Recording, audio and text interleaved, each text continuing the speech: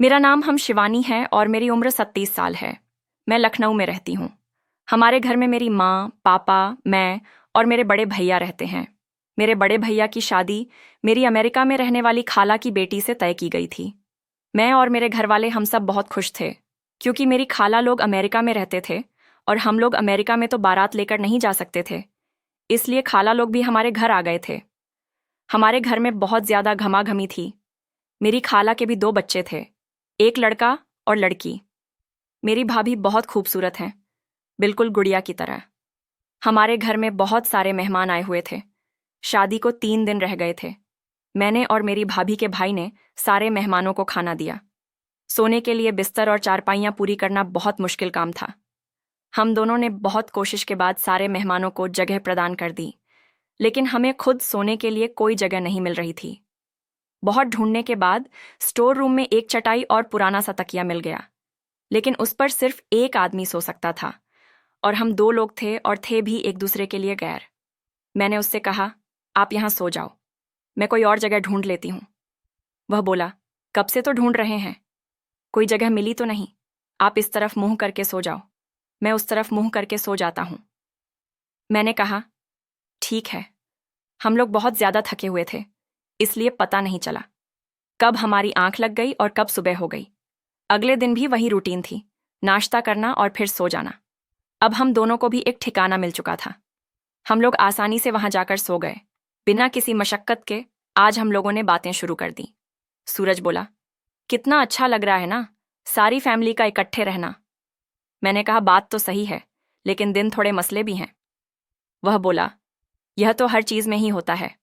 मैंने कहा, बिल्कुल। वह मुस्कुराया और बोला, ओके, गुड नाइट, सो जाओ।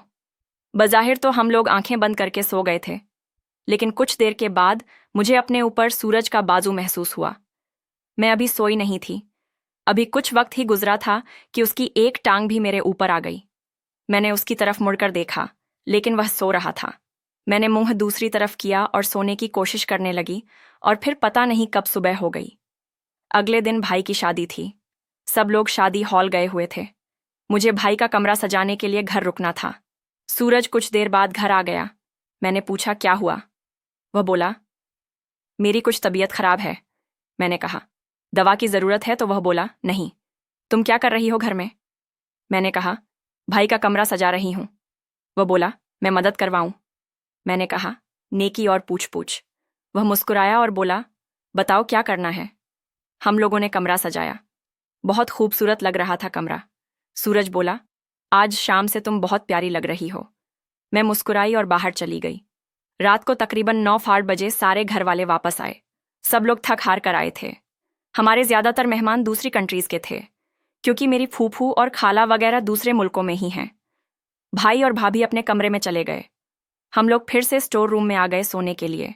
सूरज बोला, मेरी कुछ तबीयत खराब है, मैं सोने लगा हूं। मैंने कहा, मैंने कब रोका है? वह दूसरी तरफ मुंह करके लेट गया और कुछ देर बाद लाइट बंद हो गई। जब लाइट वापस आई तो मुझे इस बात का अंदाजा हुआ कि सूरज नींद में इधर उधर घूमता है, क्योंकि वह सोया था। वह अब मेरी टांगों वाली साइड पर मुंह करके लेटा हुआ था। खैर, मैंने उसे हिलाना मुनासिब नहीं समझा और आंखें बंद कर नींद का इंतजार करने लगी। कुछ देर बाद मैं सो गई और तकरीबन 1 बजे कुछ हिलने की वजह से मुझे जाग आई तो मैंने देखा, सूरज का एक बाजू और टांग मेरे ऊपर है और वह सो रहा है। मैं खामोशी लेटी रही। अब करती भी तो क्या करती। लेटे लेटे ना जाने कब नींद आ गई और नींद में ही सूरज की तरफ मुड़ गई। अब हम लोग ऐसे सो रहे थे जैसे एक दूसरे की बाहों में सो रहे हों। शायद सूरज जाग रहा था। जैसे ही मैंने करवट बदली तो उसने मेरे होठों को अपने होठों में ले लिया और चूसने लगा। मैं जाग रही थी लेकिन सोने के बहाने करने लगी। वह बढ़ता जा रहा था। मेरी गर्दन चूमने लगा, मेरे जिस्म को सहलाने लगा। अब मैं भी आंखें बंद करके उसके साथ चिपक रही थी। उसकी भी आंखें बंद थीं। अब उसका हाथ मेरे नीचे तक पहुंच गया था, जहां आज तक कुछ नहीं पहुंचा था। मैं तो मचल गई थी। उसने मेरी कमीज को ऊपर किया और वह सब करने generated with https://komi.ai